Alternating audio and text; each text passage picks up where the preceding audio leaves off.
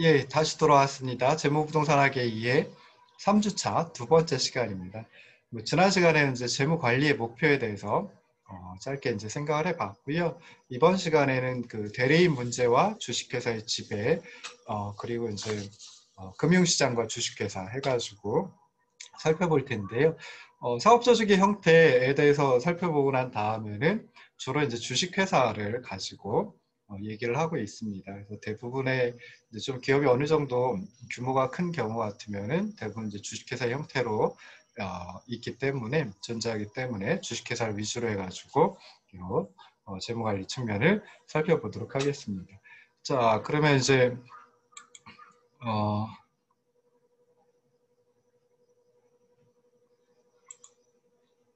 자, 화면에 이제 띄워놓고 살펴보면요.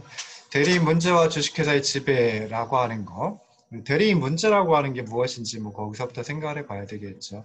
일반적으로 주식회사의 재무관리자는 뭐 주식 가치를 극대화시키는, 뭐 주당 시장 가치를 극대화하는, 자본의 시장 가치를 극대화하는 그런 재무 의사결정을 통해 가지고 주주의 이익을, 그러니까 주주가 그 회사의 어떤 주인이니까 그 주주의 이익을 우선적으로 고려한다라고는 하지만 좀 규모가 큰 주식회사의 소유권은 대부분 수많은 주주들에게 흩어져 있다라고 생각을 해볼 수 있습니다. 그러다 보니까 재무관리자를 포함한 그 경영진의 입장에서는 주주의 이익이 아니라 자신들의 목표를 추구할 수도 있는데 이러한 문제를 갖다가 이제 주인, 대리인 문제 또는 줄여서 대리인 문제라고 얘기를 하고 있습니다. 그래서 먼저 이제 대리인 관계라고 하는 게 무엇인지 그리고 대리인 문제가 무엇인지 살펴봐야 되는데요. 자, 주주와 경영자 간의 관계는 대리인 관계이다. 뭐 이렇게 이제 생각을 해볼 수 있습니다. 그래서 대리인 관계는 누군가가 자신의 이익을 대신하도록 하는 다른 사람을 고용할 때 발생합니다. 그래서 여기서 이제 고용을 하는 주체를 주인 또는 뭐 영어로 프린시펄이라고 얘기를 하고요. 고용당하는 사람, 고용이 되는 사람을 대리인 또는 뭐 에이전시라고 얘기를 합니다. 주식회사 입장에서 일단 주주가 경영자를 고용을 하고요. 경영자가 또 노동자를 고용을 하죠. 그러니까 주주와 경영자 간의 관계에서는 주인, 프린시펄이 주주가 되고요. 그다음에 대리인이 경영자가 됩니다. 경영자가 노동자를 고용한다라고 하면 이제 경영자가 주인이 되고 노동자가 대리인이 되는 그런 관계입니다. 그래서 실제로 이제 주식회사 같은 경우에는 그 이중의 대리인 관계가 나타난다라고 또 생각해 볼 수 있습니다. 그래서 대리인 관계에서는 주인과 대리인의 이해가 충돌을 할 수도 있습니다. 그래서 그렇게 충돌하는 문제, 주인과 대리인이 충돌하는 문제를 대리인 문제라고 얘기를 합니다. 그래서 회사의 소유주인 주주들하고 그다음에 주주들이 고용한 경영자 사이에 이해가 충돌할 가능성이 뭐 굉장히 많이 나타날 수 있겠죠. 그래서 이런 관계도 대리인 문제 중에 하나이다라고 생각해 볼 수 있습니다. 대리인 문제 뭐 예를 들어가지고 생각을 해보면요.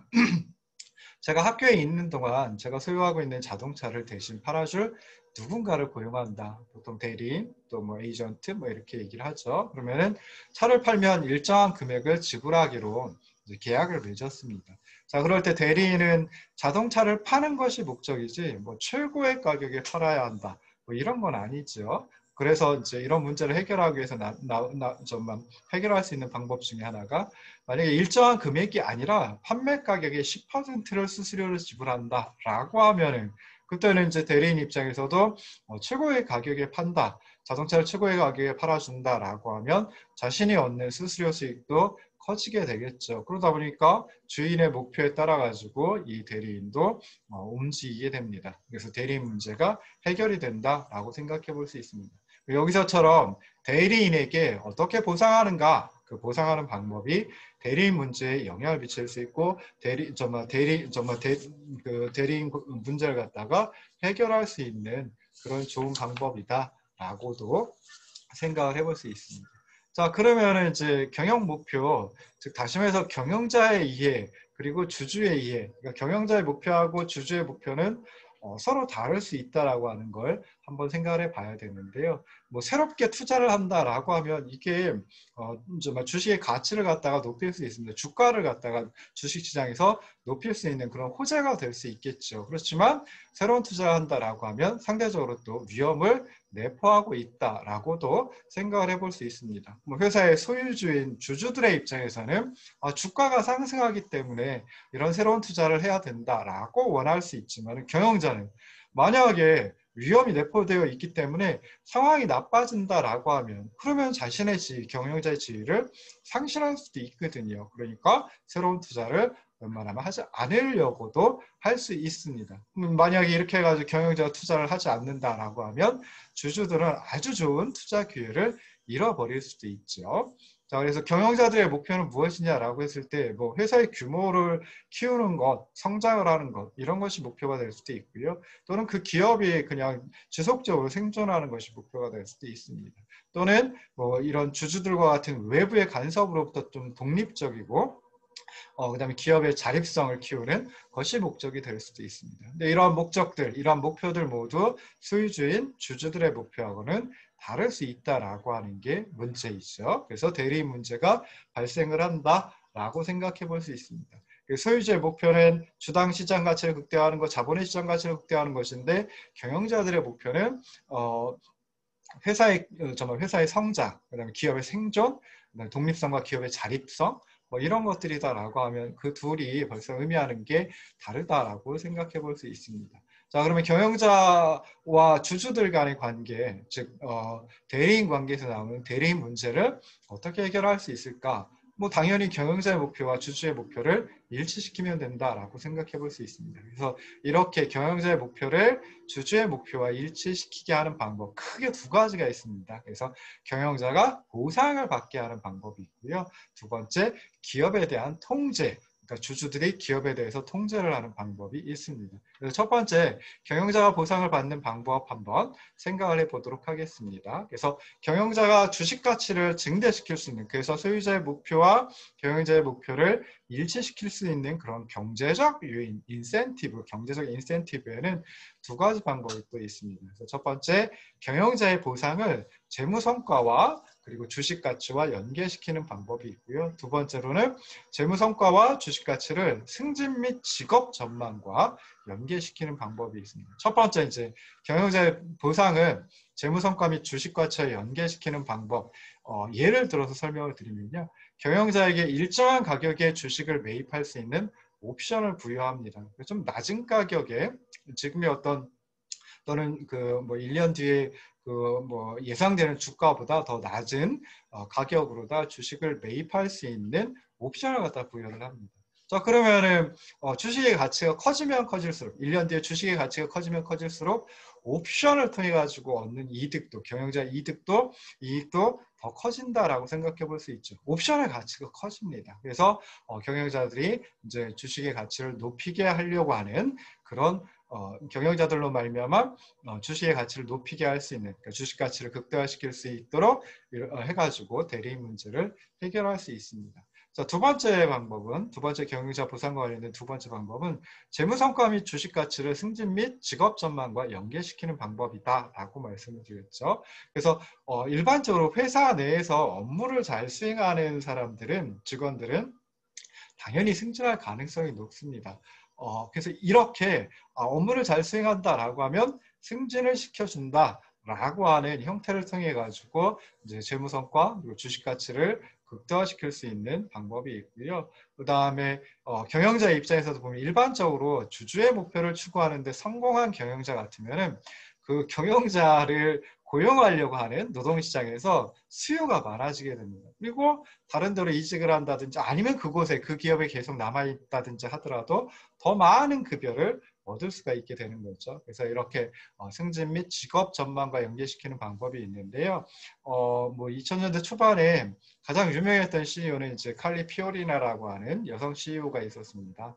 칼리 피오리아는 이제 대학을 졸업하고 뭐 대학원도 좀 다녔습니다. 석사과정을 마치고 그리고 나서 이제 AT&T라고 하는 굴지의 이제 통신회사에 입사를 합니다. 뭐 세계적인 통신회사죠. 그래서 입사를 해가지고 밑에 이제 어떤 그 낮은 단계의 직원서부터 시작해가지고 임원으로다가 이제 승진을 하고요.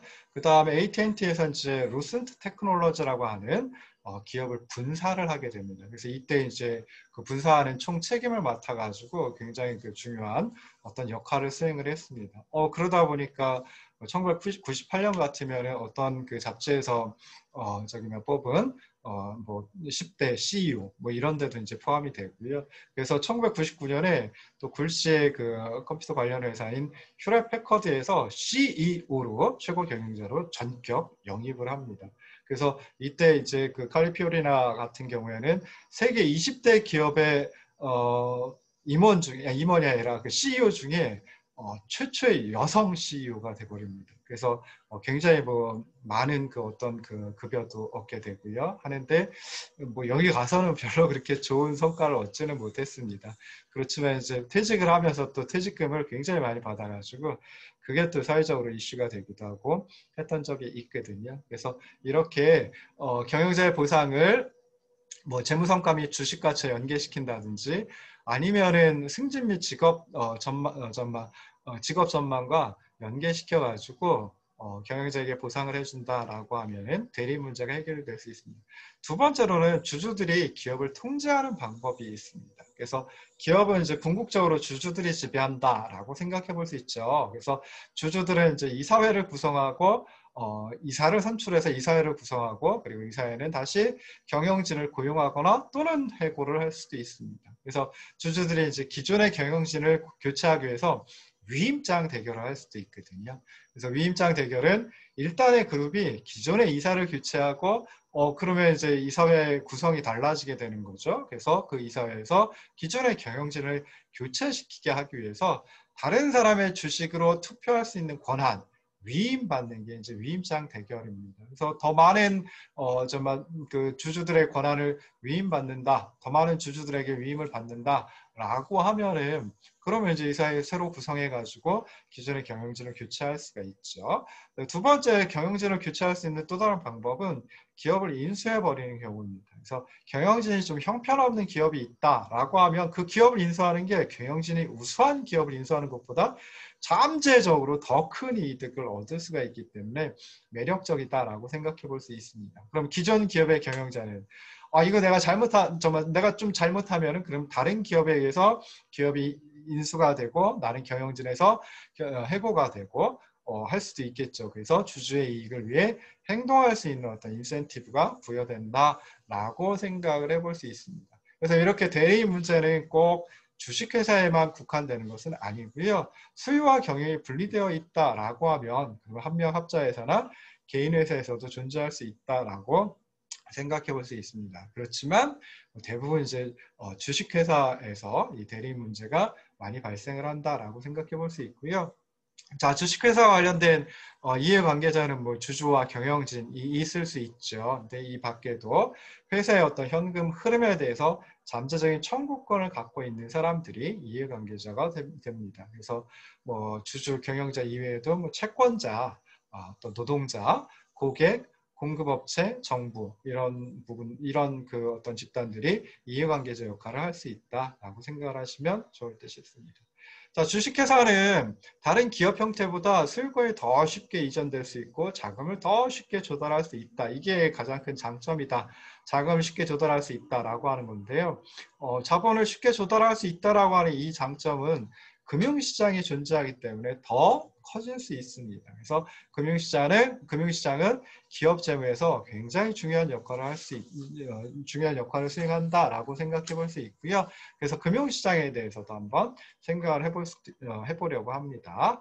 자, 요 밑에 있는 그림 같으면은 뭐 간단한 그림이긴 한데요. 이 그림은 그 주식회사와 금융시장의 어떤 상호작용을 보여주는 그런 그림이다라고 생각해 볼 수 있습니다. 여기서 이제 화살표가 있어요.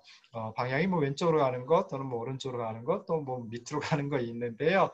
자, 화살표 방향대로다가 그 현금 흐름이 흘러간다라고 생각을 하시면 좋을 듯 싶습니다. 그래서 금융시장에서 기업으로다가 현금 흐름이 갈 수도 있고요. 또는 기업에서 금융시장으로 되돌아가는 그런 현금도 이 화살표가 나타내 준다라고 생각을 하시면 좋을 듯 싶습니다. 그래서 왼쪽에 보면은 기업 자산의 총 가치라고 하는 게 이제 표현되어 있고요. 그다음 오른쪽에 보면은 이제 금융시장에 있어서 금융시장의 투자자에게 있어 기업의 총 가치 해가지고 이제 살펴보는데요. 자, 먼저 이제 생각해 볼 수 있는 건 기업이 현금을 조달을 해야죠. 자금을 조달을 해야 돼요. 크게 두 가지 방법이 있습니다. 하나 이제 주식을 발행해 가지고 매각하고 그 대금을 얻는 조달하는 방법이 있고요. 또 하나는 채권을 발행해 가지고 넘기고 그러면은 이제 차입이 되는 거죠. 그래서 이런 식으로 해가지고 자금을 조달할 수 있습니다. 그러면은 그 채권과 주식과 채권이라고 하는 증권은 기업으로부터 금융시장으로 흘러가겠죠. 근데 반대로 현금 흐름은 금융시장에서 기업으로다가 이제 흘러가게 됩니다. 그래서 A라고 표현한 게 이제 기업이 증권을 발행하고 현금 흐름이 금융시장에서 기업으로 흘러 들어가는 그런 걸 나타내 주고요. 자, 그럼 기업은 이제 그렇게 자금을 조달해 가지고 유동자산 또는 비유동자산에 투자를 합니다. 그러면 이렇게 투자한 자산들이 또 현금 흐름을 창출한다라고 생각해 볼 수 있죠. 그래서 이게 이제 C라고 하는 기호를 통해서 표현을 해봤습니다. 그래서 기업이 자산에 투자하고 현금 흐름을 창출하는 거, 이렇게 기업으로부터 빠져나가죠. 이렇게 기업에서 빠져나가는 현금 흐름은 크게 D, E, F 해가지고 세 가지 방향으로 흘러가게 됩니다. 그래서 현금 흐름 중에 일부는 법인세 형태로 정부에 지급이 되고요. 그다음에 기타 이해관계자들에게 또 흘러가기도 합니다. 그래서 아까 노동자들한테는 노동자들에게 급여를 지급하는 형태로 흘러가기도 하고 그러겠죠. 그 다음에 또 이제 금융시장에서 자금을 조달했다라고 하면 그러면 주주들한테는 배당의 형태로 현금 흐름이 흘러가고요. 그리고 이제 뭐 이자의 형태 또는 부채 상환의 형태로다가 이제 그 채권자들에게 흘러갑니다. 그게 이제 F라고 하는 기호로 이제 표현을 해봤습니다.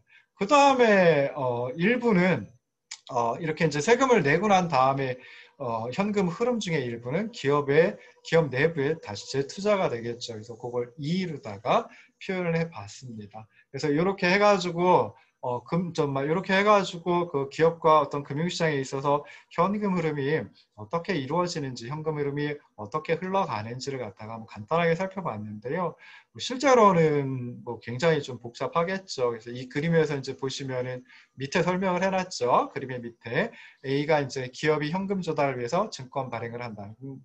거꾸로 생각해보면 A라는 기업이 죄송합니다. 기업이 증권을 발행하고 그럼 반대로 다 이제 현금 흐름은 금융시장에서 기업으로 들어오게 된다. 흘러 들어오게 된다. 그 다음에 C를 보면 기업의 자산에 투자하고 난 다음에 현금 흐름을 창출하는 게 이제 C죠. 그래서 기업으로부터 빠져나가게 됩니다. 그래서 이 중에 일부 가장 먼저 해야 될 게 노동자에게 급여 지급하고 그 다음에 또 정부에게 세금을 법인세를 지불을 해야 됩니다. 그리고 나서 나머지 중에 일부는 기업 내부로 다시 사내 유보의 형태로 재투자가 되고요. 그 다음에 또 일부는 배당의 형태로 주주들에게 지급이 되고 즉 금융시장으로 흘러가고 그리고 또 일부는 이제 그 채권자들에게 이자 지급 또는 부채 상환의 형태로 흘러가게 된다라고 하는 거 생각을 해보시면 좋을 듯 싶습니다.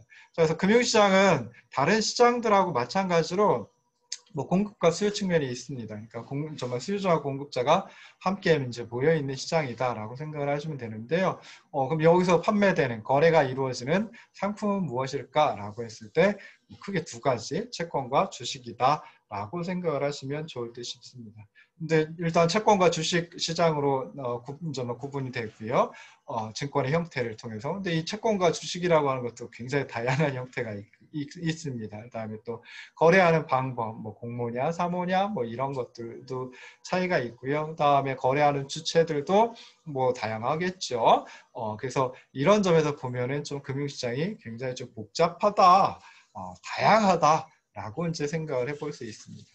크게 이제 또 나누어 봤을 때 금융시장을 발행시장과 유통시장 둘로 다 이제 나누기도 합니다. 그러니까 아까 주식시장과 채권시장으로 나눌 수도 있다라고 말씀을 드렸는데요. 근데 또 이제 발행시장과 유통시장으로 나눌 수도 있습니다. 그래서 발행시장이란 뭐 영어로 프라이머리 마켓이라고 하고 프라이머리는 뭐 주된 뭐 그다음에 뭐 제1의 뭐 이런 의미죠. 그래서 발행시장은 정부와 주식회사가 증권을 최초로 판매하는 시장. 그러니까 주식회사의 입장에서는 이제 정말 주식을 만들어가지고 주식을 저기 막 그 발행해가지고 매각을 하죠. 그다음에 정말 그다음에 채권을 또 발행해가지고 매각할 수 있습니다. 근데 정부는 주식을 발행할 수는 없고요. 채권을 발행을 합니다. 정부채, 뭐 국공채라고 이제 얘기를 하기도 하죠. 그래서 이렇게 정부와 주식회사가 채권과 주식을 최초로 발행해서 판매하는 시장을 발행시장이라고 얘기를 합니다.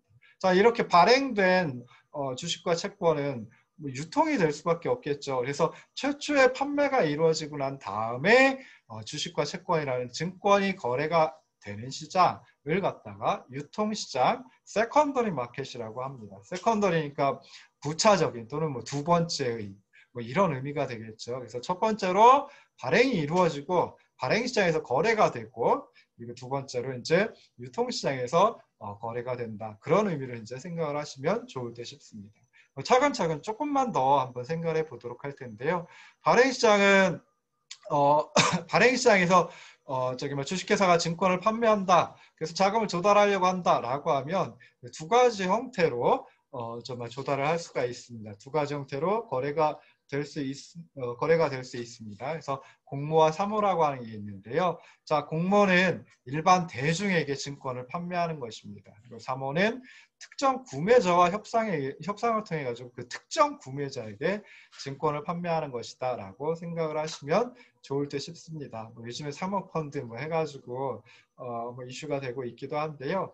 그때의 사모입니다. 그래서 공모는 일반 대중에게 공공적으로 이제 판매를 한다. 사모는 그냥 일반 대중이 아니라 특정한 구매자에게 협상을 통해 판매하는 것이다 라고 생각을 하시면 좋을 듯 싶습니다. 우리나라에서는 채권과 주식을 공모하기 위해서 자본시장법에 따라 금융위원회에 등록을 해야 합니다. 자본시장법의 그 풀네임은 금융투자업과 자본시장에 관한 법률이거든요. 그래서 이게 2009년인가 만들어졌는데 뭐 그 이전하고 그 이후에 이제 굉장히 그 금융시장과 관련된 환경이 달라졌다라고 합니다. 일단은 채권과 주식을 공모하기 위해서는 금융위원회에 등록해야 한다. 등록을 하면 증권을 판매하기 위해서 여러 가지 다양한 정보를 발표를 해야 됩니다. 공시를 해야 됩니다. 그리고 굉장히 큰 그 판매 비용이 소요된다라고 생각을 해볼 수 있어요. 그래서 판매 비용이 왜 굉장히 큰가라고 했을 때, 자, 공모를 하니까 이걸 주식회사의 입장에서 어떤 하나의 개별 회사의 입장에서 주식을 발행을 한다는 채권을 발행한다는 제가 공모하는 게 이게 쉽지가 않습니다. 그래서 그걸 갖다 대신해 줄 수 있는 인수기관을 통해 가지고 판매를 하거든요. 인수기관에게는 또 수수료를 지급해야 되고 그 수수료가 굉장히 좀 많다라고 생각을 해볼 수 있습니다. 자, 그럼 이렇게 뭐 금융위원회 등록하고 다양한 정보 발표하고 해야 되는 거. 이게 이제 일종의 규제라고 생각해 볼 수 있죠. 그다음에 또 굉장히 큰 판매 비용이 소요가 됩니다. 그래서 이렇게 공모 같은 경우에는 다양한 규제가 있고 그다음에 비용도 굉장히 크기 때문에 이제 사적으로 판매하는 사모가 많이 이루어지기도 합니다. 그래서 사모는 이제 생명보험회사나 투자신탁회사 뭐 하나 또는 뭐 두 개와 그 개별적으로 접촉해가지고 협상을 통해 가지고 증권을 판매를 하는 거거든요. 이러한 사모는 금융위원회에 등록하지 않아도 됩니다. 그다음에 인수기관을 통해 가지고 인수기관은 대부분 투자은행 우리가 흔히 얘기하는 뭐 은행들이 되는데요. 은행 또는 뭐 증권회사 뭐 이런 것들이 되는데요. 그런 인수기관을 통할 필요가 없습니다. 그러다 보니까 비용이 아무래도 조금은 적게 들어간다라고 생각을 해볼 수 있습니다. 자, 두 번째 이제 유통시장이 있습니다. 그래서 유통시장은 증권의 소유권을 이전하는 수단을 제공하는 시장이다라고 생각을 하시면 좋을 듯 싶습니다. 주식회사 입장에서 이제 자금을 조달하기 위해 증권을 판매하는 발행시장에만 직접 관여를 하죠. 관계되어 있는 게 직접 관련되어 있는 건 이제 발행시장하고만 관련이 되어 있습니다. 그렇지만 이제 유통시장에서 거래가 뭐 자신이 발행한 주식회사가 발행한 주식이나 아니면은 채권이 원활하게 이루어진다라고 하면은 그러면 자금 조달이 좀 발행을 통해 가지고 새로 새로 주식이나 채권을 발행해 가지고 자금 조달하는 게 좀 쉬워질 수 있겠죠. 그렇기 때문에 유통시장도 기업에게 굉장히 중요하다라고 생각해 볼 수 있습니다. 유통시장도 이제 또 크게 두 가지 유형이 있습니다. 경매시장과 딜러시장이 있습니다. 그래서 일반적으로 이제 딜러하고 그다음에 중개인 또는 대리인하고 구분을 하는데요. 딜러는 자신의 위험으로다 자신을 위해서 거래하는 사람이 이제 딜러라고 생각을 해볼 수 있습니다. 근데 이제 대리인이나 중개인 같은 경우에는 판매자와 구매자를 단순히 연결시키기만 하고 거래되는 물건을 직접 중개인이나 대리인이 소유하고 있지는 않다라고 생각을 하시면은 이 딜러와 대리인 또는 딜러와 중개인을 구분할 수 있습니다. 그래서 증권 거래에 있어서는 딜러 시장을 장외 시장이라고도 합니다. 그래서 대부분의 채권 같은 경우에는 장외 시장, 즉 딜러 시장에서 이루어집니다. 그래서 장외라고 하는 건 영어로 이제 over the counter를 우리말로 이제 장외라고 하는 것으로 해석을 했습니다. 그래서 over the counter니까 카운터, 즉 사무소의 창구를 이렇게 넘겨서 거래가 이루어진다라고 생각을 하시면 좋을 듯 싶어요. 그래서 사무소의 창구를 통해서 증권을 사고 팔던 옛날부터 쓰던 표현이 이제 장외거든요. 그래서 예전에는 뭐 컴퓨터 시스템이라든지 뭐 이런 조직화된 그 거래소 시장이라든지 이런 게 이제 존재하지 않았기 때문에 대부분 이제 증권회사 증권에서 그 지점 창구에서 이제 거래가 이루어졌거든요. 그래서 그런 것들은 이제 장외 시장이라고 얘기를 합니다. 자, 두 번째 이제 살펴볼 수 있는 게 경매 시장인데요. 경매 시장은 거래소 시장을 갖다 의미를 합니다. 그래서 대부분의 주식 거래는 현대에 있어서 지금 현재 그 대부분의 주식 거래는 거래소 시장에서 이루어집니다. 우리나라도 이제 1970년에 저는 증권거래소가 개설이 됐고요. 그때서부터 이제 그 증권 거래가 굉장히 활성화됐습니다. 그래서 우리나라의 거래소 시장은 이제 한국 거래소라고 해가지고 코리아 익스체인지 앞자 따서 KRX라고 얘기를 합니다. 그래서 이렇게 한국 거래소와 같이 조직화된 물리적인 거래 장소가 있고 대부분의 거래가 대리인에서 이루어지는 시장을 거래소 시장이라고 얘기를 합니다. 이렇게 조직화된 거래소에서 거래가 이루어지고 있는 주식은 일단 거래소에 상장이 되어야 되거든요. 영어로 리스티드 또는 뭐 리스팅이라고 이제 표현을 하는데요. 상장하는 걸 리스팅이라고 표현하는데, 그러니까 거래소의 목록에